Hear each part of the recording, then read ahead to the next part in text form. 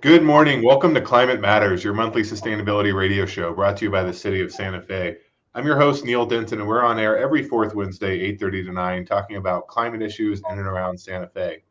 For this month's show, we're going to be talking with Mike Dalmelin of the city of Santa Fe. He's an engineering supervisor here in the streets division. We're going to talk about some signal timing improvements the city has done on Cerrillos Road, and we're also going to talk about our conversion of our streetlights to LEDs that, of course, save energy and reduce our impact on the climate. Good morning, Mike. Good morning, Neil. How are you doing today? I'm doing great. It's a beautiful day here in Santa Fe. We're lucky to be here. It is. We are lucky to live in such a beautiful place. And did you have a good Christmas?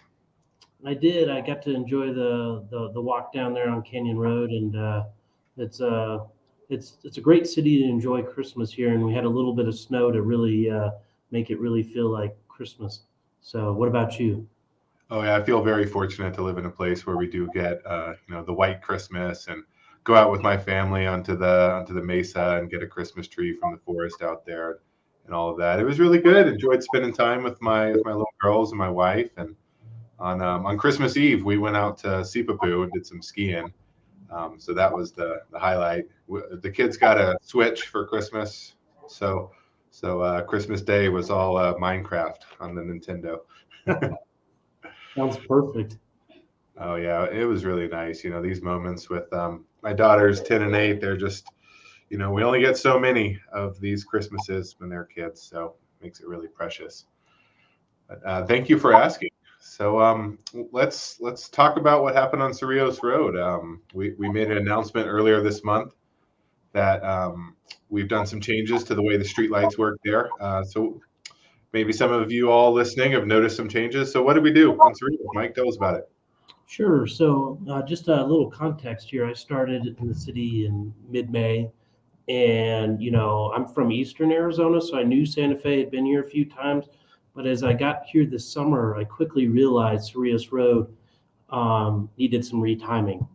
And previously, there was four signal timing patterns, and the corridor from St. Mike's to Beckner was split into four different networks. And as a signal timing engineer, that's my specialty. I really felt that we could do a better job of coordinating these signals and improving pedestrian safety and vehicle safety. So that was like my priority project here from the beginning. And so I worked with a traffic engineering firm, Advanced Traffic Solutions, out of Texas, and I had worked with them previously. And they're very used to complex corridors and very large corridors. That's 17 signals in a row there, so that's a pretty substantial network. And it takes a very special engineer to be able to integrate the whole corridor so you get two-way progression. And so we worked closely with them. We did some improvements to set the stage to retime the corridor, which we did in November. And we did what's called a flashing yellow arrow. Half the corridor had the flashing yellow arrow, and just for people's education, that's basically where the left turn flashes yellow when you're able to turn permissively.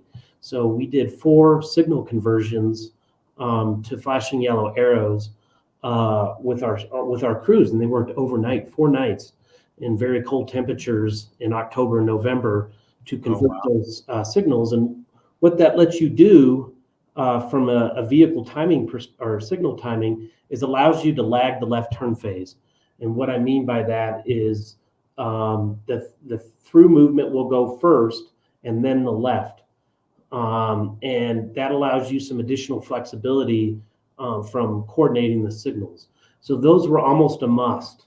From a general perspective, it can reduce corridor travel times by 10 to 15% alone if you use lead lag left turn phasing. So one left turn on one approach on the northbound could lead, and then the southbound approach could lag. And that will be dictated by your progressions. And then as you approach airport, right, you'll flip it, which direction will lead and which direction will lag. So our shout out to our streets crews. They really work really hard. And what they did in a matter of a couple weeks to prepare for this retiming, to do those left turn phasing, were pretty incredible. There's also some pedestrian safety benefits to that. Yeah, tell us about that. Sure. And so this is part of a whole cohesive approach. You can actually hold off the left turn movement for 5 seconds or longer to allow pedestrians to enter the intersection. So there's also those flashing yellow arrows have a safety benefit. They're shown to reduce vehicle crashes probably about 8 or 9%. And then it also is shown to reduce conflicts between pedestrians and vehicles. So, there's a lot of benefits to that. So our signal crews did that in advance of the engineer from Advanced Traffic Solutions coming here. And then we deployed all new signal controllers, all new timings at 17 intersections within a span of a week. And we included some other pedestrian safety features like a leading pedestrian interval. And what that does is it holds off. So if you're walking along Cerrillos Road, usually the left turn phase and the pedestrian phase would go at the same time. If a pedestrian pushes a button across Cerrillos Road now, they'll actually get a 5-second head start before the left turn movement is allowed to go. So that's another safety improvement that we implemented. The FYA delays, the leading pedestrian intervals, and we integrated the corridor into one where you get really good two-way progression through almost all the signals. In terms of the climate, right, that has a significant improvement because we're significantly reducing the number of stops experienced by motorists along the corridor. Right. You don't have that stop and go as much. I've got one of those fuel economy indicators on my car, and I can see a big difference of the stop and go through the city, the low fuel economy compared to, say when I get on the interstate. So when we're burning more fuel, stopping and going throughout town, not only is it worse for the climate, but we have those emissions that can affect people's health. And, with people who have asthma and things like that, they can be triggered by those automotive emissions. So also, I'm sure everyone will be thrilled to hear they're getting more green lights through that corridor, particularly in times of low traffic. No, absolutely. And I've heard some anecdotal evidence, the number of vehicle crashes is significantly reduced along the corridor. So they're already seeing our police resources stretch thin. But, as we know from, I have a sustainability background, and I know that, when a vehicle's idling, right, that burns a lot of emissions relative to when it's actually operating, right? And so by reducing the number of stops, I think we're making a significant improvement from a sustainability perspective, a safety perspective. It's almost a win-win. It's one of the few projects that you can implement just from timing, right? Whereas usually a lot of the climate sustainability ones, you have to do infrastructure or you have to spend a lot of engineering or resources to improve sustainability. This one actually is kind of like more low-hanging fruit, right? So, right. Yeah, more of a procedural change, and you're addressing safety and the environment at the same time. I mean, I spend a lot of time on Siler Road where the office is, where I work for the city, and I'll walk up and down Siler Road. I've actually got my car in the tire shop down there off Cerrillos. So when I go and I'm crossing Cerrillos later to get my car from the tire shop, you're telling me I'll see the indicator to walk across the road before the people coming onto Cerrillos get the green light and try to turn in my direction. Is that right? It's correct. Yeah. And that particular crossing there, people are trying to turn right. There's a lot of cars backed up. So when I'm crossing, I feel a lot of pressure to get across the road quickly. So having that 5 seconds when I can get to the median and they can start turning right off of Siler, I think it'll make everyone happier. No, absolutely. And there's some other features we're going to start exploring from a pedestrian safety perspective. We can do what's called a 2-stage crossing, and we're looking to do some of that for other intersection rebuilds. And that's where we'll provide a good median and a refuge place island for people for pedestrians to walk. And that can also time with different vehicle phases. So, this is just the beginning step to improving pedestrian safety, making it more walkable, while also still improving signal timing. So this is just a first step for, leading pedestrian intervals are just the start of what, we're going to aim to do here in the future with the city. And I understand we now have these automatic pedestrian countdowns where people don't have to push the button to cross along Cerrillos Road. That's correct. And there was kind of inconsistent along Cerrillos Road. Some of the signals. So there's a difference between when you're walking along Cerrillos Road, right, or when you cross Cerrillos Road. We have two different timing regimes. For when you cross Cerrillos Road, that's where we have the leading pedestrian interval, a 5-second head start. And then, as you're saying, just to differentiate, when you're walking along Cerrillos Road and you're crossing the side streets, the vehicle phase or the pedestrian phase is automatically called, and they used to turn that off at night, to where it depended on the time of day. For all 17 of those signals now, the ped recall's on 24/7. So you never have to push a button late at night. It's automatic recalled, and we implemented a coordination plan for overnight to where you'll get some progression along the corridor, but will also better serve the pedestrians by having it automatically recalled, to where they'll automatically get the phase when the signal changes. So when you're walking along Cerrillos Road, you don't have to push the button anymore.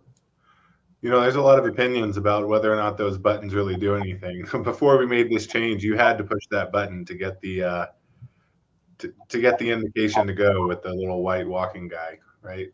Exactly. Well, and the buttons still serve a purpose. So we have to do what's called accessible pedestrian signals now. Those buttons have to be audible. So when we change a signal or rebuild one, the only real big purpose for those buttons is to help visually impaired or people with hearing issues, and they can push the tactile button to help guide them. So if they're visually impaired or audibly impaired, those buttons can help guide them. That's really the only purpose they serve now, effectively. So if that makes sense. Yeah, that's good to know. And that's incredible. You said the streets crews were working overnight in December to make these changes. So just want to touch on that again. Shout out to those guys working out in the cold and the dark in December. Absolutely. And we're looking to expand this to integrate the whole corridor, the rest of Cerrillos Road on the north side through St. Francis, and then integrate that into the St. Francis corridor so that it'll be one cohesive network. And we're hoping to do that in the spring, summer, and we'll include some more flashing yellow arrows. We're also changing some of the designs to be more pedestrian friendly and timing perspective. So this is just hopefully a start. And like you said, we're blessed with great city employees and a street staff that, we're pretty small, but we still punch above our weight and they work really hard. Wow, that's great to hear. So, so the plan is by the spring, we're going to continue to make these changes from St. Mike's and Cerrillos to St. Francis and Cerrillos. That's correct. And then down along, and then from there south along St. Francis? No, we haven't. We're not probably going to touch the downtown yet. I wanted to integrate the St. Francis corridor into the Cerrillos one, and then we'll look for the Cerrillos Road corridor north. I just wanted to integrate it into what we've done from St. Mike's to Beckner. And the key why we didn't include that part of Cerrillos Road between St. Michael's and St. Francis, because that's technically NMDOT roadway we maintain. And so we're going to have to closely coordinate with the DOT to improve the timing and extend it. And also, that's also, as you know, that will be a future road. They're going to completely rebuild that section of Cerrillos Road from St. Michael's to Beckner, probably in 2025, 2026. So there's some substantial pedestrian and bicycle improvements that are coming along the corridor to, like you said, tie into the multimodal transportation plan. That section of Cerrillos Road will be a lot more pedestrian and bicycle friendly here, hopefully in the next 2 years when that project's built. That's great. As a part of our multimodal plan and our Sustainable Santa Fe 25-year plan, we want to make it easier for people to walk, to make it easier for people to bike, and to get on the bus. Whatever it takes for people to make the choice not to drive one car that's causing more pollution. That's what the city of Santa Fe is working on to reach our goal of carbon neutrality by 2040. So really glad to hear about your work here on this so far, Mike. For everyone tuning in, this is Climate Matters, your monthly sustainability radio show brought to you by the City of Santa Fe. I'm talking with Mike Downlin of the Streets Division of the city about some signal improvements that we've made on Cerrillos and how those connect to our sustainability work to reduce our carbon footprint here in the city. Mike, you just mentioned our multimodal plan. Let's talk about that a little bit. What is that? When was it approved? What does it mean? I help implement that. So the multimodal plan is closely also related with our capital team and Gene Wolfenberger, city traffic engineer. So, and also Eric Ani with the MPO. So the multimodal plan, I wasn't here. I've only been here 6 months. So when that was approved, I'm not entirely sure, but I would. So it was 2022 that City Council approved that plan. My apologies.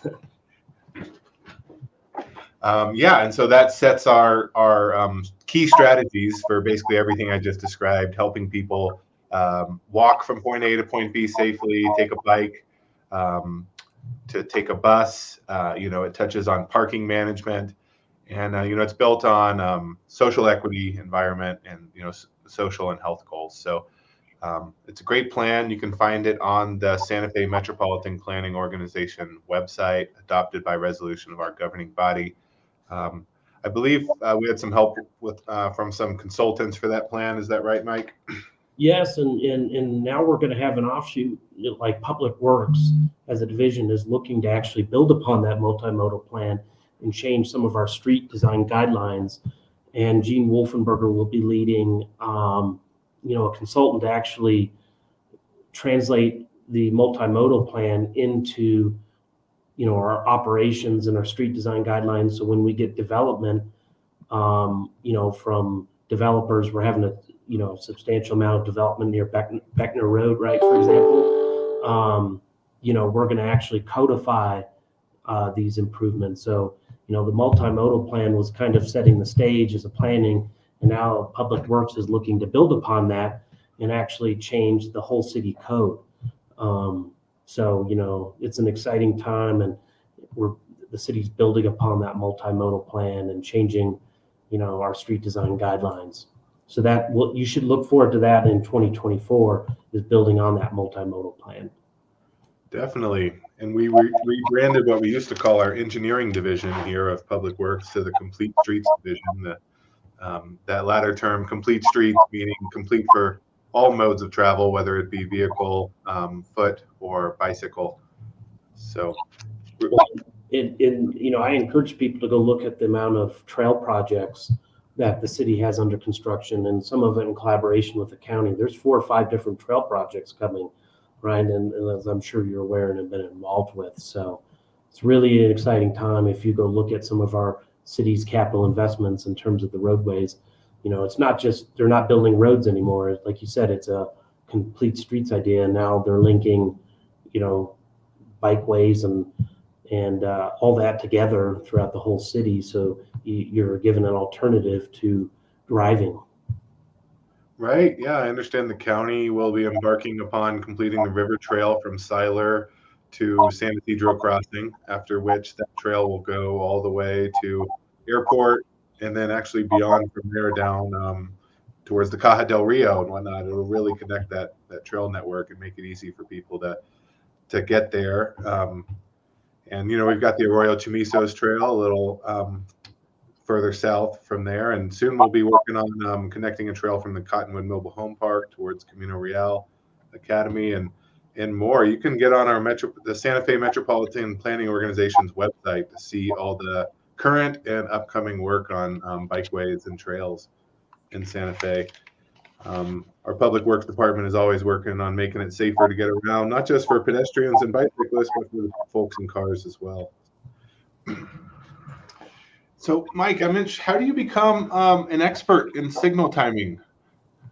Well, it's one of those that no one really wants to do it because, it's a very complex system, right? It's not something you can just spit out a model, right? It's there's some randomness to it. There's some patterns to it. And I got into it because no one else wanted to do it. Okay.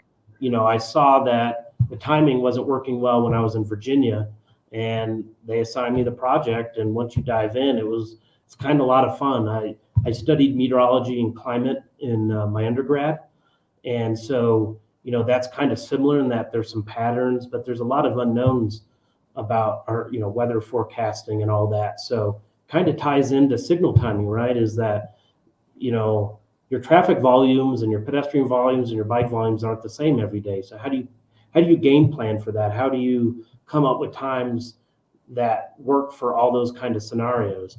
So and if you do it wrong, right, the public knows, they drive.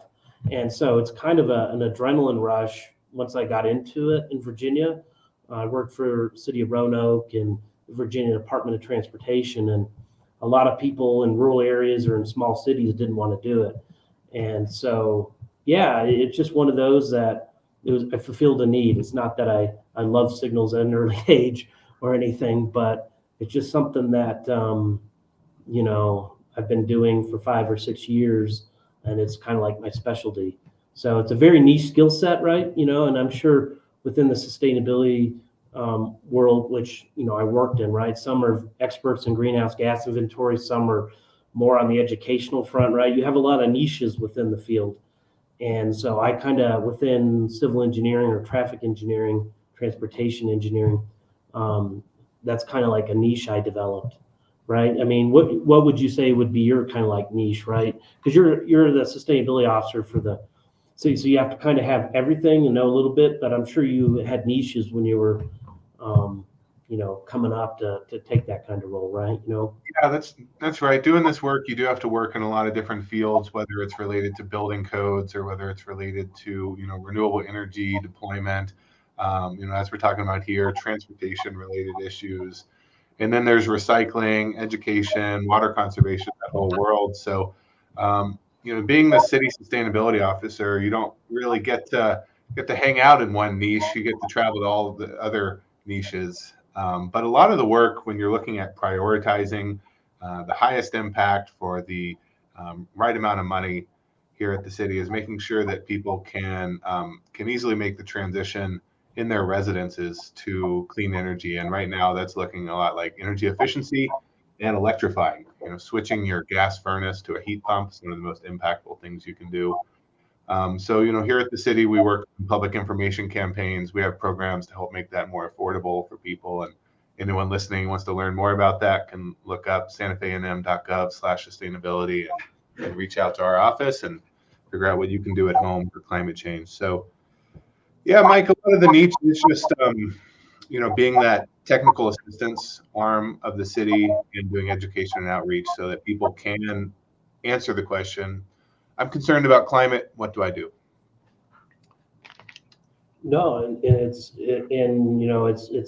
hard to have like that broad skill set, right? Because you have to be technical enough in a realm, and then you also have to identify the right people, right? So Right. It makes it unique. Now, like here at the city, I've come the person in charge of the streetlights, which I had some experience, and now I have to be a technical expert, in another sustainability project we're working on, and that we're partnering on is the LED conversion, which the city's already done some of those conversions of city-owned streetlights, but now we're looking to do with the P&M. And as right, that's probably one of the best bangs for your bucks in terms of energy reductions, right, as a percentage. Yeah, definitely. I understand we're saving roughly 2 million kilowatt hours per year with the work we've done so far in the streetlight conversion. And that's just so everyone knows, if you're not savvy with kilowatt hours, that's roughly 109 homes energy use per year. Exactly, and it also saves on maintenance costs, and we can redirect those kind of things also into more sustainability efforts too. So there's greenhouse gas emissions, there's maintenance costs, there's fuel costs, it touches on a lot of different pieces. And the city has already completed the city one, and now we're looking to convert the ones on wood poles, and those ones are owned by P&M, even though the city pays P&M to maintain it and to keep those streetlights operating. We're gonna now transition those to LEDs that meet the community guidelines.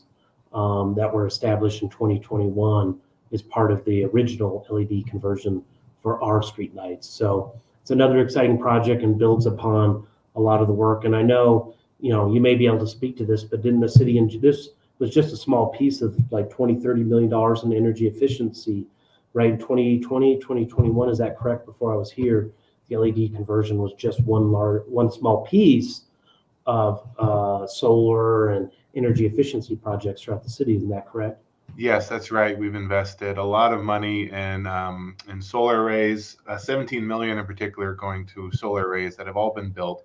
Also, energy efficiency improvements to roughly 38 different buildings in the city, and water conservation improvements with things like the fixtures, the faucets, the toilets, and so on. We're making sure here at the city of Santa Fe we're leading by example on improving the climate and being a sustainable city here. So you're right. That was just one part of, I believe it was a $24 million investment in what we call the investment grade audit. And do you keep track of the savings and the greenhouse gas emissions right on your website so people can see that? Because those were performance contracts, were they not? In terms of like unique ways when cities don't have a lot of funding, that was uniquely structured, right? Yes, we are actually. So we did what we call a greenhouse gas inventory for city operations. That's where we monitor all of our fuel usage, all of our electricity usage, all of our natural gas usage, and more. It includes our landfill, it includes our wastewater treatment. And, we did one to establish a baseline in 2018, and we are just about to publish our new one for 2022. Actually working on that report today. It needs to go by the Public Works Director before it's ready to publish. But it does show a very significant reduction in greenhouse gas emissions. So we're looking forward to spreading the good news about that when it's ready to be posted to our website. We'll put out a news release, and probably my next radio show will be about it. So stay tuned for that. No, that's exciting. And, it's like people will actually be able to see the actual numbers, right? And, like you said, the city spent $24 million or so on all these projects, and now you'll be able to actually quantify and show the improvements. And now we're still doing some work. We're doing the P&M conversion. Hopefully that will go to governing body in the next month or two to continue the good work. And I know that you guys have a lot of projects you're working on. So this is just, again, one small piece to the larger, sustainability initiatives here at the city. Yeah, and all these measures we just went over that I called the investment grade audit and the streetlight conversion, everything in that investment grade audit has a 20% return on our investment. So that frees up valuable tax dollars that we can spend on other services for the people of Santa Fe. It's a sound investment. And really every city, every county should do it for those savings for the environment. I mean, we're eliminating waste. We're eliminating water waste. We're eliminating energy waste. When I say energy efficiency, that's what that means. It's, not wasting heat, things like that. So aside from doing it for the environment, that's just the way that we should be, handling taxpayer dollars, not wasting them. It's valuable money. No, I absolutely agree. And I look forward to seeing the report. And, I'm trying to do my piece, here within traffic operations division here in Public Works and the streets division. So looking forward. You guys are also looking at some grants too, and some exciting stuff to build upon the work of the last few years too. So there's a lot to look forward to. Yes. Yeah. The landscape has changed a lot in this kind of work where we have a lot of grants coming from the federal government. So far, we've received $1 million to improve urban forestry. We've got some applications in for electric vehicle charging stations, for more energy efficiency, more electrification. So there's a lot of money coming from the federal government that it will be distributed to community organizations and residents of Santa Fe to help everyone make the transition to clean energy. Well, it's funny you mentioned about the electrification, because as I look out here in the streets division, one of the cars here on my EV charger, I can see out my window. So it's kind of a very visible sign when people come here to the city, right? To the city offices. Yeah, that's one of the projects I managed. The Public Works Director helped us get funding from the state legislature. And yeah, we added 17 new 100% electric vehicles to our fleet, Chevrolet Bolts. And we've got a couple here on the other side of the building that are being driven by parks and river and watersheds. So they're all across the city. I like seeing them out there. If you see one of those bolts driving around town, know that that's part of our effort to electrify our fleet and reduce the carbon footprint here in the city. Mike, that brings us to the end of our show. Thanks for joining me on Climate Matters to talk about your great work. You've only been here for 6 months and you're already making a big splash. So glad to have you a part of the team here at the city. And I hope you have a great rest of the day. I appreciate it. Thanks for the invite to join, and keep up all the great work here you guys do for sustainability. Thank you, Mike. Climate Matters is on air every fourth Wednesday, 8:30 to 9. We will see you all again in 2024. Happy New Year. Happy New Year.